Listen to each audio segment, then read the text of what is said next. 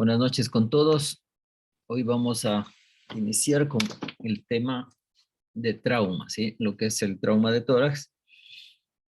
También es un tema muy interesante debido a que cada vez es más común debido a la alta frecuencia de accidentes de tráfico, ¿sí? Últimamente se han incrementado los accidentes en moto, los accidentes en automovilismo y también el peatón atropellado. Entonces, todo esto involucra que haya un trauma de tórax, ¿no? Sobre todo cerrado, pero también está incrementando lo que es la violencia y por lo tanto, ahí vamos a ver lo que es el trauma abierto, ¿sí? Sea por arma cortopunzante o por armas de fuego, ¿sí? Todos estos tipos de traumas torácicos hemos tenido en nuestro medio, ¿sí? Sino que estos últimos, no, tórax abiertos son un poquito menos frecuentes.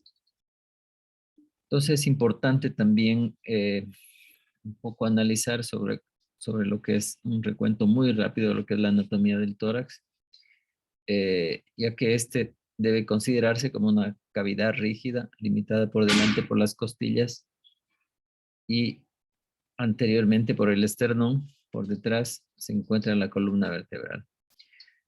Por arriba está la región cervical y por abajo se continúa con el diafragma a través de esta división que es el diafragma.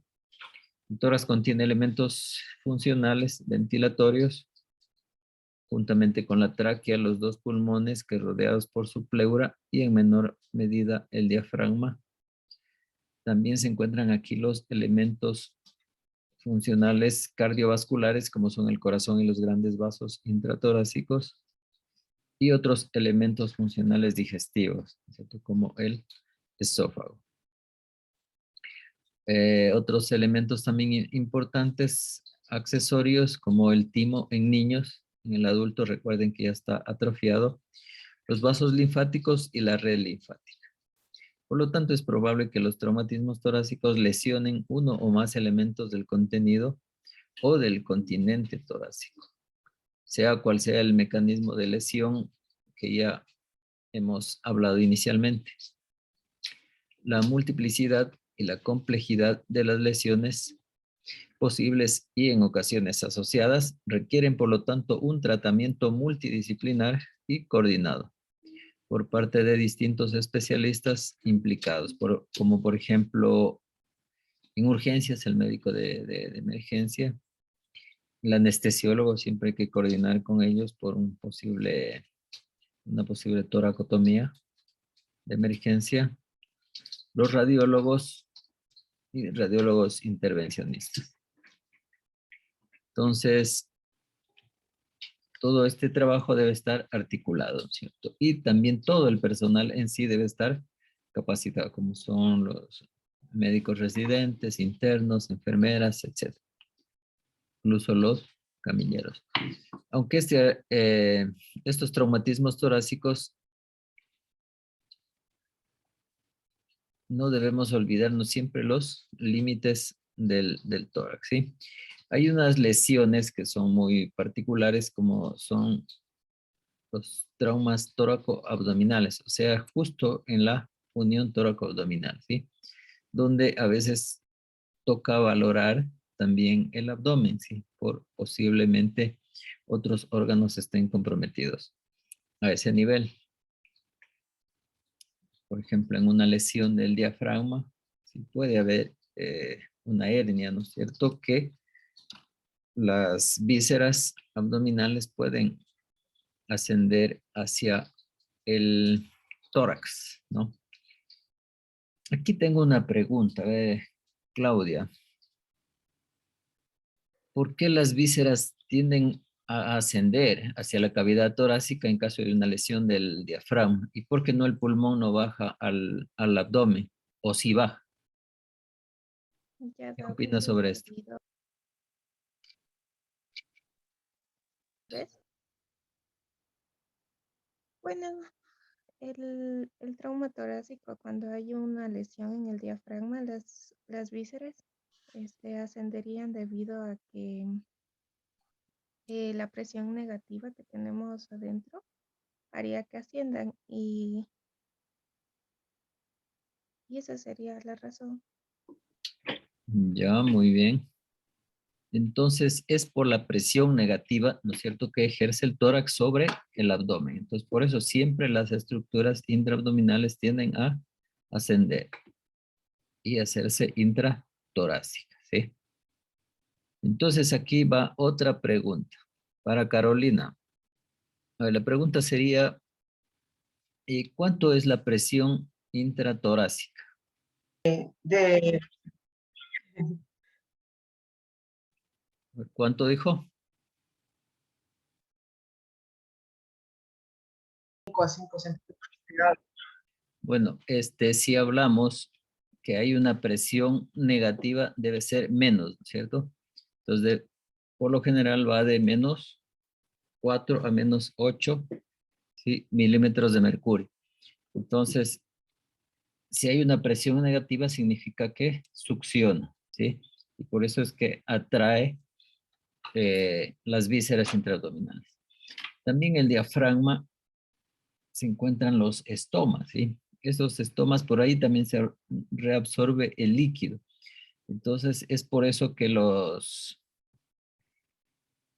abscesos también se forman a este nivel y son frecuentes. Es por esta succión, por esa presión negativa es que asciende el material infectado y puede formarse una colección purulenta, ¿no es cierto? Un absceso subdiafragmático. Ya, continuando con la temática, tenemos que las principales causas de traumatismos torácicos, sean abiertos o cerrados, están representados por accidentes de tráfico, también las caídas de gran altura que no habíamos hablado, el paciente politraumatizado grave y dijimos también la violencia, ¿no?, que cada vez está aumentando con mayor frecuencia. Alrededor de un tercio de pacientes traumatizados presentan un traumatismo torácico. El 50% de pacientes traumatizados que fallecieron tras un accidente de tráfico presentaban un traumatismo torácico.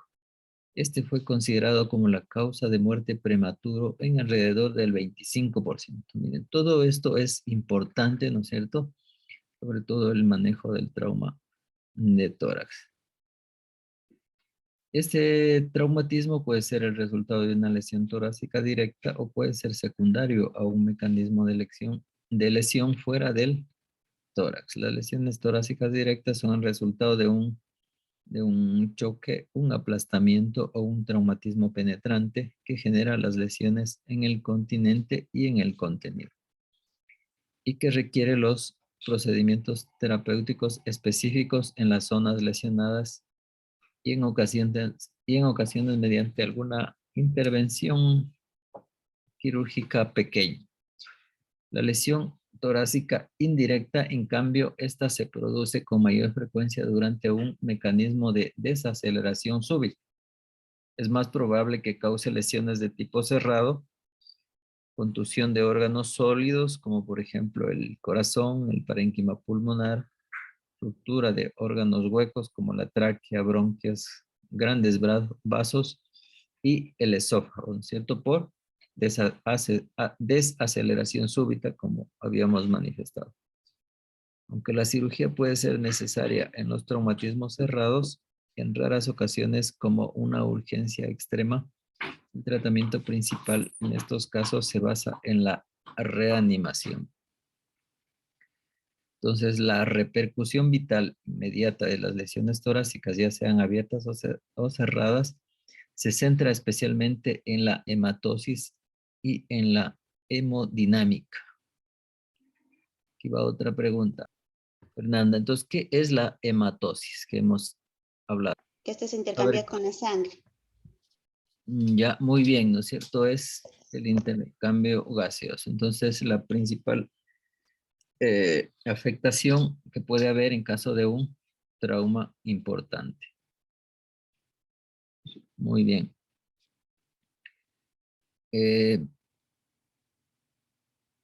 A ver, Taili ingresó. bueno, la formación de un derrame pleural, por ejemplo, o un neumotórax, la presencia de aire en el espacio pleural, crea una separación entre el pulmón y la pared torácica, lo que provoca un colapso alveolar, que da lugar a una atelectasia y que puede reducir la distensibilidad del sistema tóraco-pulmonar y la expansión torácica. Esta atelectasia también puede resultar indirectamente de las fracturas de las costillas en el paciente consciente. En este caso, el dolor, por lo general, cuando es intenso, provoca una hipoventilación alveolar voluntaria. Es por eso que en todo trauma de tórax, especialmente si hay fracturas costales, el tratamiento siempre es la fisioterapia respiratoria más el manejo del dolor. ¿Sí? Siempre hay que darle buena analgesia, ¿sí? O doble o triple analgesia para que este paciente pueda respirar, ventilar y expandir bien sus pulmones, ¿sí? Para evitar una atelectasia. Sea cual sea su origen de la atelectasia, puede causar hipoxemia por un efecto de derivación con zonas perfundidas pero no ventiladas. En ausencia de derrame pleural o atelectasia también puede producirse un efecto de derivación a partir de una contusión pulmonar con edema perilesional o una hemorragia intraalveolar postraumática. Bueno, hay muchas situaciones, ¿no es cierto?, que nos pueden causar morbilidad a nivel pulmonar, que es como vamos a ir analizando poco a poco junto con Ana Gabriel. Entonces, por favor, Anita, continúe con el desarrollo del tema. Listo, toma de tórax. Pero para iniciar y hablar un poquito de esto, tenemos que conocer un poco de la anatomía del tórax.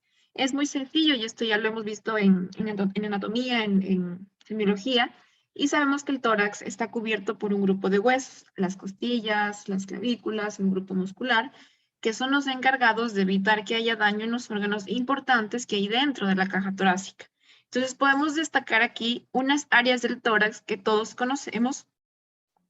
Entonces, encontramos que el tórax se divide en unas regiones y voy a empezar tocando el tema de la zona del opérculo, que es la zona que está delimitada entre la línea que trazamos en las clavículas y la base del cuello. ¿Por qué la menciono? Porque esta es una zona muy importante porque está todo lo que tiene que ver con el plexo subclavio, donde podemos encontrar varias lesiones. También está la zona precordial, que es en donde está alojado no solamente los grandes vasos, sino el corazón, y que es muy importante, que está delimitada por la línea que trazamos horizontalmente por las clavículas, la línea medio clavicular y una línea que está en la apófisis sifoides. Y eso nos delimita esta zona precordial. Entonces, cualquier herida es potencialmente mortal y pues tenemos que sospechar algún tipo de trauma vascular o cardíaco que vamos a hablar posteriormente. Y la zona ya más inferior a la apófisis sifoides, que es la zona tóraco-abdominal, que pues nos puede estar generando no solamente un trauma torácico, sino un trauma abdominal, ya que como muy bien lo dice su nombre. La epidemiología del trauma, nos estamos dando cuenta, yo creo que todos los días lo vemos en las noticias, hay muchos accidentes de tránsito y ahora vemos el auge de las bicicletas. Del 63 al 78% de los accidentes que nos llegan a la sala de reanimación como paciente politraumatizado son de este tipo de accidentes y en realidad es una causa muy considerable. Del 10 al 17% van a ser caídas y de todo ese porcentaje, del 4 al 12%, tienen riesgo de muerte. Del 20 al 25% de todas las muertes traumáticas están relacionadas con estos eventos de tránsito, pero también en nuestro medio es muy común las heridas por arma cortopunzante y las heridas por armas de fuego. ¿Por qué? Porque tenemos muchos niveles de hurto. Entonces aquí tenemos la clasificación según el mecanismo de trauma. Entonces tenemos penetrantes o abiertos en un 90%. Ojo que esto es una gran proporción y este trauma penetrante o abierto son uno de los más complicados y es el que más mortalidad me va a causar.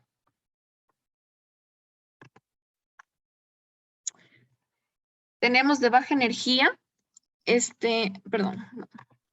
Regrésele, por favor, la anterior. Esta es. Ahí. Sí. A ver, ahí Tenemos una preguntita. Entonces, en la fotografía inferior, ¿qué tipo de lesión es esa? Esa sería de baja energía, porque es una lanza. Entonces, las de baja energía son, por ejemplo, flechas, cuchillos, y las de alta energía, pues ya vendrían a ser Con las que fusiles, hablamos ese día pistolas. también se llaman heridas por empalamiento, ¿sí? Donde se Ujú, encuentra incrustado un cuerpo extraño, ¿sí? ujú. Entonces, el manejo de estos dos casos que están ahí, ¿sí? Sobre todo los que están en la atención prehospitalaria, o sea, ustedes les llegan al centro de salud, no los retiren, ¿sí? Por favor, esos déjenlos ahí hasta que llegue al quirófano, ¿sí? En el quirófano deben ser retirados, porque tal vez también pueden estar haciendo hemostasia y si estamos en el quirófano enseguida se puede corregir eso, pero si estamos acá, pues lo desangramos al paciente y le hacemos más daño, ¿sí? Continúe. Ya. Contundente o cerrado, que bueno, es el 10%, es una cantidad bastante mínima, pero que me puede generar muchas complicaciones, no a corto plazo, sino a mediano y largo plazo, si es que nosotros no las sabemos buscar. Puede ser por contusión directa, puede ser por una caída de una altura considerable o accidentes vehiculares. ¿Sí, doc? A ver, continúe. Ahora bien, dentro de la fisiopatología, un paciente con trauma de tórax puede generarme inicialmente una hipoxemia tisular. Todo trauma de tórax genera daño en el alveolo y como sabemos que aquí está el intercambio gaseoso, donde está la microvasculatura y todo daño infligido en este lugar va a traer problemas de oxigenación, principalmente la hipoxemia inicialmente, la hipercapnia, en donde el CO2, que es un gas que produce deterioro neurológico, va a ser tóxico para el organismo. Entonces puede generar una infinidad de impactos, especialmente sobre el pH, y que finalmente el paciente va a terminar en una acidosis, donde esta acidosis en un paciente politraumatizado es una de las causas de muerte. La evaluación inicial, sabemos que está integrada por el ABCDE. Este es muy importante porque si, por ejemplo, digo yo que tenemos un paciente que va a llegar por un accidente de tránsito de alto impacto y que solo tiene un trauma de tórax, pues en realidad no es así. Cada paciente que nos llega, siempre tenemos que individualizarlo. Tenemos que mirar qué tiene, no solamente enfocarnos en que tiene, por decir, una herida en el tórax o una herida en otro lado. No, siempre hay que hacer una buena, excelente y minuciosa evaluación en cuanto a la vía aérea, la parte respiratoria, circulatoria, el estado neurológico del paciente y la exposición completa. Ahora, como en todos los pacientes de trauma, la revisión primaria de pacientes con lesiones torácicas inicia con la vía aérea, seguida de la ventilación y después de la circulación. Los problemas mayores deben ser corregidos conforme van siendo identificados. Aquí podemos ver, por ejemplo, aquí podemos tener un paciente politraumatizado que, por ejemplo, llegó a la sala de reanimación y puede tener lesiones las cuales pueden hacer que el paciente fallezca inmediatamente o puede tener lesiones que lo pueden inestabilizar o que esté en un proceso de inestabilización en ese momento. Entonces, eso es lo que el ATLS nos dice. Que tengamos muy en consideración los problemas de la vía aérea, problemas respiratorios, problemas con la circulación. La ATLS nos dice que de cada sistema existen ciertas patologías específicas. Entonces, como vemos aquí en la presentación, en el caso de la vía aérea, nos habla de la obstrucción de la vía, por ejemplo, por lesión del árbol traqueobronquial, problemas respiratorios, por ejemplo, una hemotoras de atención. Y tenemos que estar pendientes de todo esto. Vuelvo y lo repito, esto más que todo es clínica, es inspección. Una hemotórax abierto, una hemotórax inestable, una hemotórax masivo, un taponamiento cardíaco o una parada circulatoria traumática. En la evaluación secundaria, esto nos quiere decir que son el paciente que no tiene ninguna de las alteraciones que vimos inicialmente, es decir, es un paciente que tiene signos estables, por ejemplo, un paciente que tiene por decir una presión de 140-80, que la respiración está en 21, saturación en 98, pero que me empieza a bajar tal vez una saturación en 92, está taquicárdico, pálido, pero aún así sigue estable. Entonces, el ATLS nos dice que descartemos las primarias que hablé anteriormente, que son mortales, y después vayamos a la evaluación secundaria, donde tenemos que descartar un neumotórax simple, un neumotórax, una contusión pulmonar, una lesión cardíaca, una ruptura traumática de la aorta, una lesión diafragmática, trauma esofágico. Creería que hay lesiones, por ejemplo, cardíacas y rupturas traumáticas de aorta que se la puede dejar también como una evaluación secundaria, pero si el paciente llega inestable por un trauma contundente en tórax y los signos específicos que vamos a ver posteriormente son una de las principales lesiones mortales y que muy pocos se pueden manejar quirúrgicamente por la severidad que tiene, entonces tenemos en cuenta también en la evaluación primaria. Entonces vamos a empezar a hablar de cada uno de ellos. La idea es dar un manejo y un enfoque de cada uno. Entonces tenemos el neumotórax atención. Recordemos que tocamos en la evaluación primaria el neumotórax atención en la primaria y en la secundaria está el neumotórax simple. Entonces vamos a ver la diferencia primero, pero primero que todo, ¿qué es un neumotórax? Bueno, como sabemos, tenemos una pleura parietal que va a recubrir la caja torácica y una pleura visceral que recubre como tal el pulmón. Entonces, cuando hay aire en medio de estos dos espacios, se va a generar un neumotórax, sea por discontinuidad de la pared torácica o por ruptura traumática total del pulmón. Este neumotórax de tensión se desarrolla cuando ocurre la pérdida de aire con un mecanismo de válvula unidireccional, ya sea pulmón o de la pared torácica. Pero la diferencia es que este neumotórax no nos va a generar efectos de compresión, nos va a generar un desplazamiento contralateral del mediastino y una disminución del retorno venoso. Y todo esto se resume con la disminución del gasto cardíaco del paciente. Entonces, este paciente generalmente me va a entrar en shock y el paciente muy probable nos vaya a generar una parada cardiorrespiratoria.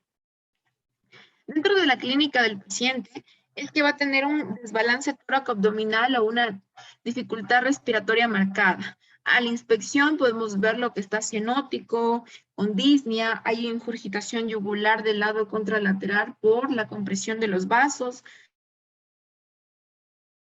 desviación de la trama de la lesión, y lo más importante, a la percusión se va a escuchar hipersonoridad, se escucha timpánico y esto hay que diferenciar. El diagnóstico del neumotórax atención es clínico, solamente con la inspección, con la percusión, con la palpación, con la historia clínica. Pero pues hay pacientes que llegan con neumotórax atención y no están bloqueados, entonces no están en el momento inestable y a veces existen en ciertos servicios un equipo de radiología portátil que nos pueden ayudar a dar un diagnóstico más rápido y sencillo. Entonces, en este caso, con la radiografía es un método bastante acertado, muy fácil. Y aquí podemos ver la diferencia de las densidades y nos damos cuenta cómo está la pleura ahí de colapsado. Ya un momentito ahí. ¿Cómo podemos ver, sí? En primer lugar, debemos ver que esta radiografía esté bien tomada, ¿sí? Entonces, los omóplatos deben estar por fuera, ¿sí? Entonces, tal como se ve aquí, es una buena radiografía, ¿sí? Porque nos permite ver íntegramente todo el parénquima pulmonar, ¿sí? Dentro del tórax, en ambos lados. A la izquierda se ve trama del parénquima, ¿no es cierto?, a nivel de toda la caja torácica, ¿sí? En cambio, a la izquierda se ve solo negro, ¿sí? Es decir, es hipodensa, ¿no es cierto? Es una imagen, todo esto hipodensa. Solo en la flecha se ve una imagen hiperdensa, ¿sí? Eso significa que está colapsado el pulmón, ¿sí? Si nos fijamos un poco en la línea media, ya se está desviando hacia el lado izquierdo las estructuras, ¿no es cierto? Como por ejemplo la tráquea, también los bronquios, ¿sí? Entonces, comienza a desplazarse hacia el otro lugar, ¿no es cierto? Hay un paciente que esté respirando solo con un pulmón, y esto sigue, esto es progresivo, ¿sí? Va afectando ya al otro lado, ¿sí? Es por eso que se constituye en una emergencia, ¿sí? Entonces, ¿qué vamos a hacer aquí si estamos en la rural? Si nos llega un paciente así, más o menos. Justamente eso iba a hablar, Ya, siga. Ya, bueno. En cuanto al tratamiento, hay que hacerle una punción al paciente, que es la toracocentesis descompresiva para aliviar el neumotórax. La idea es puncionar para reducirlo a un neumotórax simple, para que finalmente se le pueda colocar un tubo en tórax, que lo vamos a ver más adelante. Mediante esta punción, ¿qué es lo que vamos a hacer? Vamos a liberar el aire que está comprimiendo el corazón, los grandes vasos que nos están generando el shock. Esto hay que hacerlo por clínica, o que la radiografía no me vaya a demorar a mí mucho para el manejo. En realidad esto es una responsabilidad muy grande, pero si conocemos la clínica, si estamos seguros de lo que es, hay que hacer la punción inmediatamente. Siempre nos Conocemos han también enseñado, la anatomía, ¿no es cierto? sí, siempre nos han enseñado que se lo debe hacer en el segundo espacio intercostal con la línea media clavicular derecha o izquierda, dependiendo del sitio de lesión. La idea es funcionar, entrar medio clavicular, perpendicular a la caja torácica, perdón, y inmediatamente se va a escuchar un efecto de bomba, se va a sentir como sale el aire.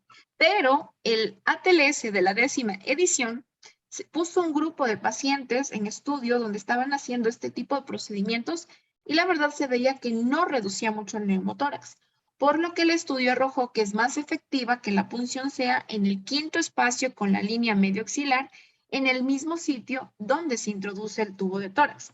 Pero aquí yo quiero dejar un mensaje importante, como dijo el doc,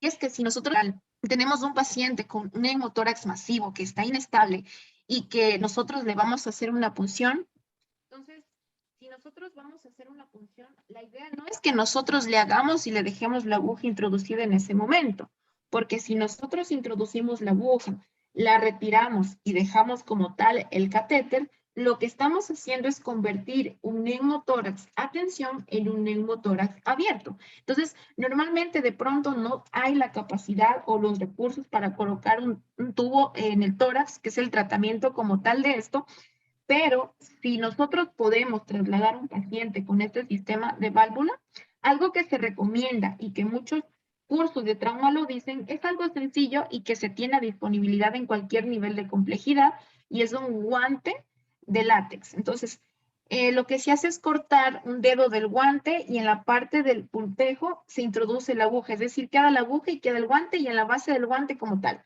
Entonces, eso queda como un mecanismo de válvula. La idea es que lo mojemos un poquito con solución salina, que eso quede unido, y lo que hace es generar una válvula donde va a ser que ese neumotórax, atención, se convierte en un neumotórax abierto, o que en caso de que lo haya drenado vuelva a aumentar. Y ese paciente con ese sistema de válvula ya se lo pueda remitir y se le pueda salvar la vida. O también con un sistema, con una botella al vacío y algunos otros procedimientos que se pueden realizar. Realmente lo que acaba de decir está muy bien, ¿sí? Es una válvula unidireccional, es decir, que el aire que está dentro de la cavidad intrapleural va a salir, ¿sí? Y no va a entrar. Entonces, esta la vamos a crear justamente con un preservativo o con un dedo del guante, ¿no es cierto? Si es dedo de guante, recuerden que está con talco, entonces debemos humedecerlo y fijarlo a la aguja y la aguja a su vez fijada al tórax, ¿sí? Con esto vamos a tener aproximadamente de 1 hora para remitir al paciente a un centro donde ya se le dé el tratamiento definitivo, ¿sí? Continúe, por favor. Ya. Bueno, el neumotórax abierto es otro paciente que nos va a llegar muy probablemente cuando hay heridas por arma cortopunzantes. Entonces son defectos muy importantes de la caja torácica donde se deja abierto como tal el tórax. Algo muy importante que vemos en el paciente es el defecto en la pared y la famosa herida soplante. O sea, vamos a ver que llega a esa herida como soplando mientras el paciente respira, y el momento de la inspiración y expiración, nosotros vamos a ver por ese orificio cómo sale aire y sale sangre a presión. Estos pacientes los podemos definir como estables o inestables.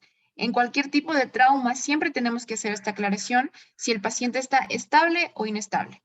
Un paciente, por ejemplo, con una herida en el tórax que está inestable, es un paciente al cual nosotros muy probablemente no le podamos tomar una imagen rayos X. Muy probablemente le tengamos que trasladar. Es un paciente que me va a dar tensiones medias de 30, que está taquicárdico, que incluso está hipovolémico, está generando deterioro neurológico y que probablemente va a tocarlo intubar. Entonces, es un paciente que por lo menos hay que garantizarle 2 accesos venosos, iniciarle líquido y comentarlo, claro está, con el cirujano.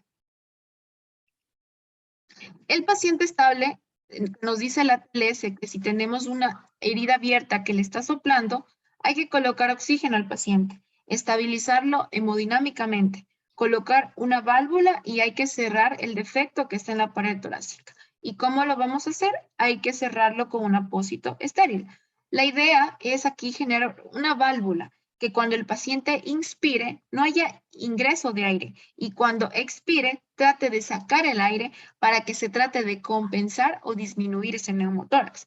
Entonces siempre tenemos que dejar una válvula sellada en 3 lados y por lo general la válvula queda mirando hacia abajo. A El ver, un hemotórax, ratito ahí, regrésale. Ya. Ya, entonces, esto es un tratamiento provisional y efectivo, ¿no es cierto? Que le vamos a salvar la vida a este paciente. Como usted dijo, en un paciente estable, ¿no es cierto? Hemodinámicamente. Se puede hacer esto rápidamente.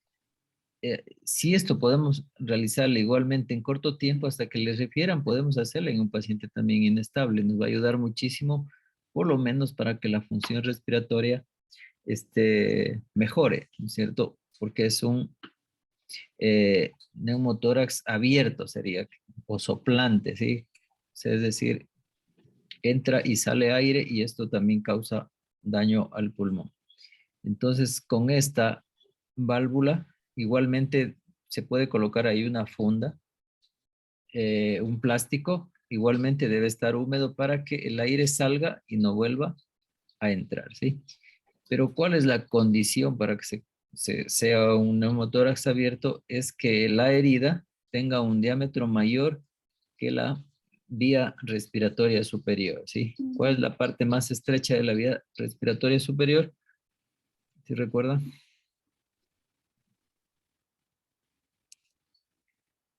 Ya, entonces es la glotis, ¿no es cierto? Y también a nivel de las cuerdas vocales, ¿sí? Entonces son las partes más estrechas. Entonces, más o menos va de 2.3 centímetros a 1.7 centímetros, ¿no es cierto? Si es mayor esta herida, se convierte en un hemotórax soplante, ¿sí? Si es menor, no se convierte en este tipo de hemotórax. Esto también es importante. Entonces, si es mayor, hay que colocarle esta válvula, ¿sí? Si es menor, es mejor cerrarla. Ya. Entonces, por eso es importante también saber un poquito de anatomía, ¿sí? Entonces, bueno, en promedio, a nivel de las cuerdas vocales, ¿no es cierto? Es de 1.5 milímetros de diámetro. 1.2 para las mujeres y 1.9 para los varones. Entonces, este es más o menos el diámetro de las heridas que debe tener, ¿sí? Para que se convierta en este tipo de neumotórax. Ya continúe. masivo es otra de las causas de parada cardiorrespiratoria y aquí es donde nosotros hacemos la diferencia. Y yo les decía con el neumotórax, atención, en estos casos lo definimos como acumulación rápida de 1.500 mililitros de sangre o de 1/3 más de la volemia del paciente en la cavidad torácica.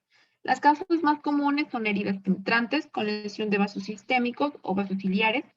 El paciente generalmente me va a llegar con dificultad respiratoria, puede llegar desaturado, taquicárdico, con signos de shock, hipoperfundido, palidez generalizada, pero lo más importante, vuelvo y repito, es aquí la simenología. Puede que tenga, puede que no tenga ingurgitación yugular, de eso depende si, aparte de todo, está asociado a un neumotórax o si tiene algún tipo de lesión cardíaca.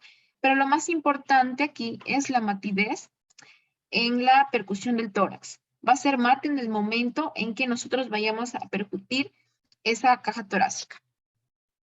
La clínica del hemotórax masivo es que el paciente puede estar pálido, puede tener hipotensión, taquicárdico y la matidez de lo que ya habíamos hablado. Y pues nosotros tenemos esta triada que es uno de los indicativos de que el paciente está muy mal y que muy probablemente le vaya a hacer un paro cardiorrespiratorio. En un paciente estable, como dije, que podemos tomarle RX, aquí vemos la diferencia. Esto es una densidad de aire y lo de acá está más radiolúcido, que es densidad de líquido. Entonces, vemos cómo está y según la indicación del especialista podemos tomar un TAC de tórax contrastada. ¿Y por qué contrastada?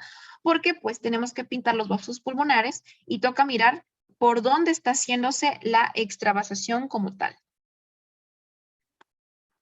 El tratamiento es realizarle una toracostomía cerrada, hay que colocarle un tubo torácico, hay que drenar ese hemotórax. El paciente que se estabilizó en el ABCDE se le hizo el manejo inicial y luego se lo comenta al cirujano y dice que no hay que pasarlo a quirófano, hay que colocarle el tubo. Cuando hay indicación de cirugía, pese al manejo con el tubo de tórax, ¿qué debemos hacer?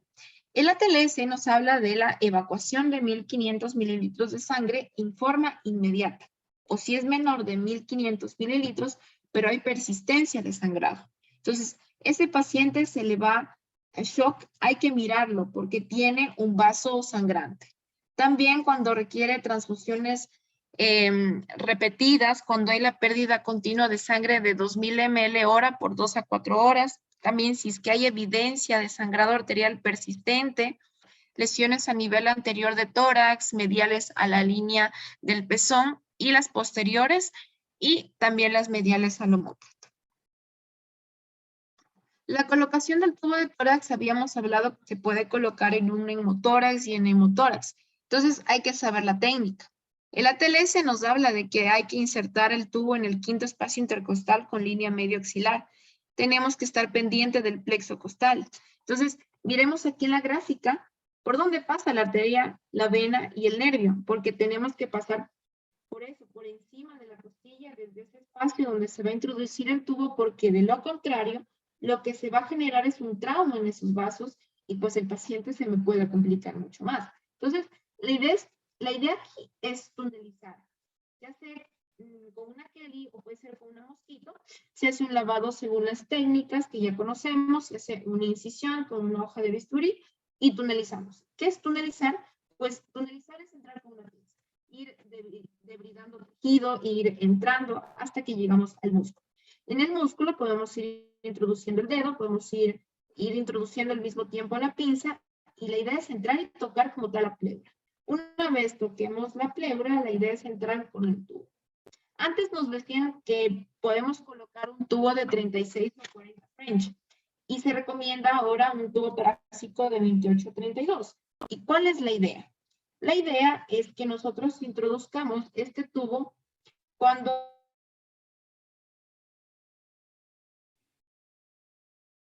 el ápex, hacia superior. Cuando es sangrado, por lo general dirigimos hacia póstero o basal. ¿Cómo sabemos que el tubo está posicionado? Primero, si es por aire, nosotros insertamos el tubo, esto va conectado a un drenaje. Y en la cajita del drenaje tenemos líquido, inmediatamente con la inspiración vemos cómo empieza a hacer burbujeo. Ya, entonces si se trata de sangre, ¿no es cierto? Debemos utilizar el de mayor calibre, el 32. Si se trata del líquido, pueden ser los 30, y si se trata de aire, los 28, ¿sí? 28 frames. Continúe, por favor.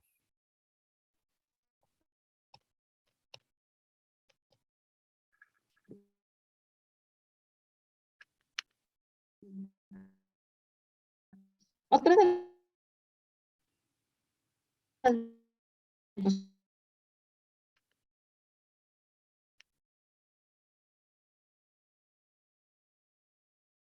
como dije, la piedra de Beck. Podemos hacerle un EKG aquí los pacientes pueden tener tensiones arteriales, pero pueden en el ECG simular una actividad eléctrica sin pulso. Una radiografía de tórax, pues inicialmente en el trauma de tórax se le puede tomar, pero pues en este caso el gold estándar como tal para nosotros diagnosticar que tenemos una lesión más que todo cuando está en el área precordial y descartamos algo en pulmones o sospechamos algo en el corazón, es el ECOFAST, que es una ecografía o una ventana pericárdica, que es la que nos va a medir la distancia que hay entre el pericardio y el miocardio como tal. Y esto es muy controversial porque es dependiente de que alguien sepa manejar el ecógrafo. Por lo menos por clínica, nosotros en la rural tenemos que saber si el paciente está con taponamiento y si no está seguro, no estamos seguros de que lo que tenga el paciente, pues podemos tomarle un EKG y vamos a ver en el, vamos a ver en el EKG un patrón de alternancia eléctrica, es decir, un complejo grande, un complejo pequeño, un complejo grande, un complejo pequeño y así. El tratamiento en estos casos es la pericardiocentesis y toca aquí tener conocimientos y práctica. Lo que nos dicen las guías es que esto tiene que ser en un área estéril, en una área donde se cuente con una ecografía que debe ser guiada. Pero si nosotros sospechamos de un trauma cardíaco, nos vamos a la fisiopatología y es que lo que tenemos que hacer es aumentar el gasto cardíaco. Entonces, por ende, lo que tenemos que hacer es colocarle líquidos para aumentar la presión venosa central. Si nosotros tenemos conocimientos, tenemos la disponibilidad de hacer una pericardiocentesis, sencillo, lo hacemos. Podemos hacerlo sin ecografía, aunque en realidad es un riesgo bastante grande. ¿Y qué es lo que nos dice la teoría? Que nosotros lo podemos hacer con una aguja para punción lumbar, por lo general una 18, y la idea es conectar la aguja a una válvula de 3 vías y a una jeringa de 10. La idea de esto es entrar con presión negativa siempre en la hipófisis sifoides y el último arco costal, direccionada hacia el hombro izquierdo a 45 grados y tiene que ir entrando con presión negativa. En el momento en que entre a pericardio, nosotros vamos a ver que empieza a salir el líquido como tal. El tórax inestable lo podemos llamar también tórax batiente o tórax o bolet costal. Es una fractura de 3 a 4 costillas de más de 2 segmentos en su longitud que va a ocasionar un fenómeno paradójico en la caja torácica. El paciente va a quedar con una respiración paradójica. ¿Y qué es la respiración paradójica? Es cuando el tórax hace la inspiración, retrocede, pero el arco costal o el segmento que está fracturado lo que hace es irse hacia adelante. Entonces la caja torácica se retrae y el pedazo que está fracturada se viene como a bombar. Esto es más, el diagnóstico más todo es clínico. Vamos a ver cómo el segmento que está fracturado empieza a tener esa respiración. Entonces, por ejemplo, aquí tenemos un video de cómo es la respiración paradójica.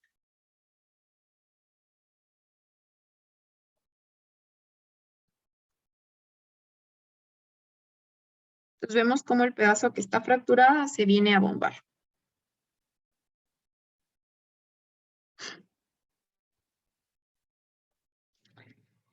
También lo que nos dice la bibliografía es de que se van a palpar crepitaciones, va a haber un dolor severo en la inspiración. Por lo general, las guías de manejo nos hablan de que puede estar de la mano con las contusiones pulmonares y lo repito, siempre hay que individualizar a los pacientes. Ya, hay una preguntita. Entonces, ¿cuáles serían los requisitos para que se produzca este bolet intercostal? Como dije, que haya la fractura de 3 a 4 costillas de más de 2 segmentos de su longitud. Entonces me va a provocar este fenómeno paradójico en la caja torácica. Ya, correctísimo, ¿no es cierto? Debe estar en 3 o más costillas seguidas, ¿no es cierto? Para que se produzca esto. Y más de 2 segmentos fracturados, si no, no hay.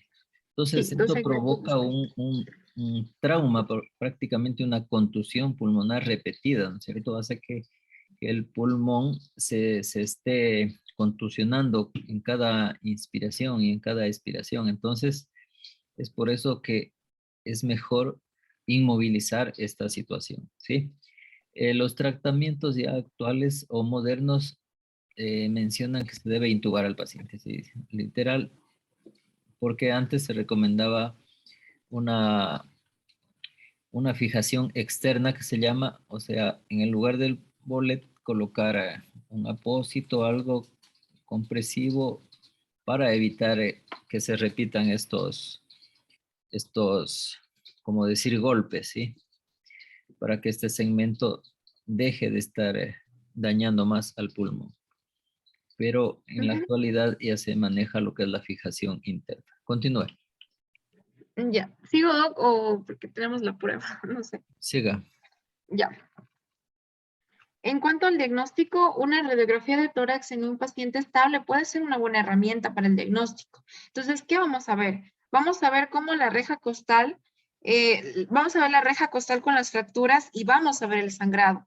Y la tomografía con el paciente estable, pues, puede dar unos datos más asertivos de dónde está la lesión de la reja costal, las contusiones asociadas, y pues esto es una muy buena herramienta para el especialista que le va a dar el manejo. En el tratamiento hay muchos estudios que nos hablan acerca del manejo quirúrgico y se está replanteando el manejo quirúrgico. Se está dejando, en el caso del paciente que requiere un damage de control, el paciente que toque hacer una toracotomía porque pueda tener vasos grandes lesionados o pueda requerir de su manejo de intervención quirúrgica. Entonces, de una vez se fijan los fragmentos costales, pero por lo general, una adecuada oxigenación, administración de líquidos. El analgésico es, podría decir, lo más importante. Hay personas que han pasado por esto y describen que es un dolor insoportable. Está descrito incluso el bloqueo local del nervio intercostal y el objetivo es ir de la mano también con el cirujano. Ahora, nosotros ya como futuros rurales o como internos ahora en un pueblo, qué sé yo, perdido, hay que garantizar la oxigenación. El paciente tiene que estar bien oxigenado. Si el paciente está en falla respiratoria, es la indicación de ventilación mecánica invasiva. Hay que asegurar la vía aérea, la secuencia de intubación y hay que, por lo menos, si no tiene ventilador, hay que darle ambú y hay que correr con ese paciente a intervenirlo como tal. Ahora sí, ya terminamos la evaluación inicial y hablábamos de que son los pacientes que llegan con shock prácticamente a la orden de iniciar una parada cardiorrespiratoria. Y vamos con la evaluación secundaria, donde la TLS nos habla de algunas patologías, unas lesiones que puede que en el momento no me vayan a comprometer el estado hemodinámico del paciente, pero que lo puedo llegar a, o que puede llegarme a descompensar en otro momento, en un corto tiempo. Y es aquí donde nosotros tenemos que estar muy pendientes de los pacientes porque estos son los que se nos escapan y que reingresan o se nos complican en observación y hacen parada cardiorrespiratoria.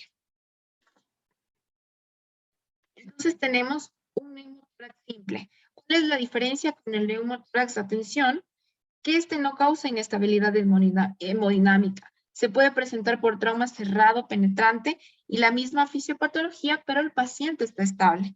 El paciente puede llegar desaturado, con dificultad para respirar, pero se colocan los analgésicos, le garantizamos los líquidos, etc.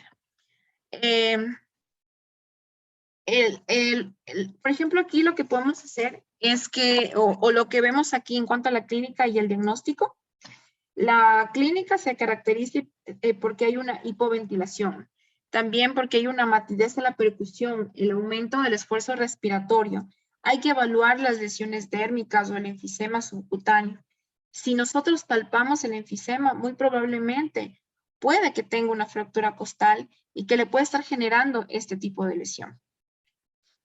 Y en la radiografía podemos ver acá que ya no hay tanto colapso de los órganos contralaterales, pero sí hay un importante espacio donde hay aire que se ocupa entre la pleura parietal y visceral. ¿Qué hay que hacer? Pues una toracotomía cerrada, es decir, una inserción de un tubo torácico a nivel de cuarto y quinto espacio intercostal, lo mismo que les estaba diciendo de acuerdo con el hemotórax, pero en este caso es para drenar aire. Muy bien. Una preguntita ahí. Entonces, cuando es un neumotórax simple, por lo general se lo clasifica en grados. ¿Sí recuerda esta clasificación?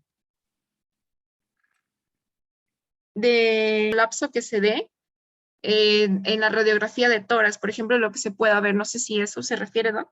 Sí. Ya, por ejemplo, el grado 1, que por ejemplo nos decía que va a haber el borde pulmonar visible entre la línea hemiclavicular y la pared. Si tenemos un grado 2, el borde igualmente va a ser visible, pero en la proximidad de la línea medioclavicular, no va a ser entre la línea.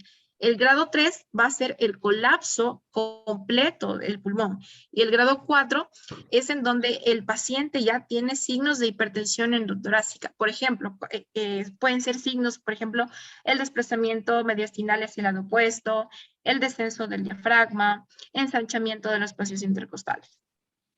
Ya, muy bien. Justamente esa era la clasificación. Cuando hay un tórax, hemotórax mínimo menor del 10%, pues ahí ya no se requiere hacer ninguna intervención, ¿sí? Continúa. Ya. Bueno, tenemos la contusión pulmonar. Esta es la lesión más común en trauma de tórax, o al menos se dice que el 50% de pacientes tiene una contusión pulmonar y puede ser por traumas contusos, fracturas costales, y lo más importante es el que el paciente puede llegar con niveles de oxigenación bajo y se le puede ir deteriorando y puede generar una hipoxia secundaria que lo puede complicar aún más. Para el diagnóstico está la RX de tórax y ustedes dirán, pues en esa imagen aquí está, no sé, un patrón de neumonía, pero no es así, es una consolidación pero hemorrágica y puede asociarse a neumotórax y hemotórax. Y si hay sospecha de otras lesiones, vuelvo y digo, individualizamos al paciente. Si vemos que tiene otras lesiones y el paciente está estable, el paciente se beneficia de una tomografía axial computarizada. Si el paciente está inestable y encontramos otras lesiones, hay que hablar con el cirujano porque lo más probable es que hay que activar el código rojo. El manejo se lo hará con oxígeno, con cristaloides, el manejo del dolor, y si ve que tiene deterioro de la oxigenación, por lo menos en la saturación, hay que hacerle una gasometría para ver si hay hipoxemia. La lesión del árbol tráqueo-bronquial, por ejemplo, el paciente llegó también estable, pero de repente empezó a toser sangre, empezó a tener dificultad para respirar. Entonces, si tenemos o llegamos a pensar en hemoptisis, entonces decimos, hay algo en el árbol tráqueo-bronquial.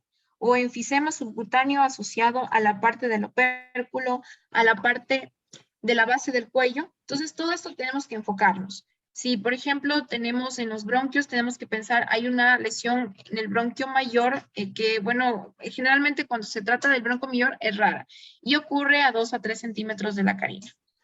En cuanto a la clínica, pues tenemos que puede haber enfisema subcutáneo, como dije, la hemoptisis, que ya nos va a ir orientando de en dónde está el problema. Y se puede sospechar en conjunto también con un neumotórax a tensión. El diagnóstico como tal es una broncoscopía, pero ojo, esto no es de entrada, pero sí hay que estar muy pendientes de este paciente, mirar el estado hemodinámico, si hay trastorno de la oxigenación, si puede tener alguna otra lesión asociada en tórax. Bueno, en cuanto al tratamiento, aquí, bueno, lo que nos mencionaba es la reparación quirúrgica como tal, pero pues esto ya es de la mano del cirujano. La ruptura traumática de la aorta, que consideraría pues que es una lesión extremadamente compleja que cabrían las lesiones potencialmente mortales de la primera revisión que habíamos visto.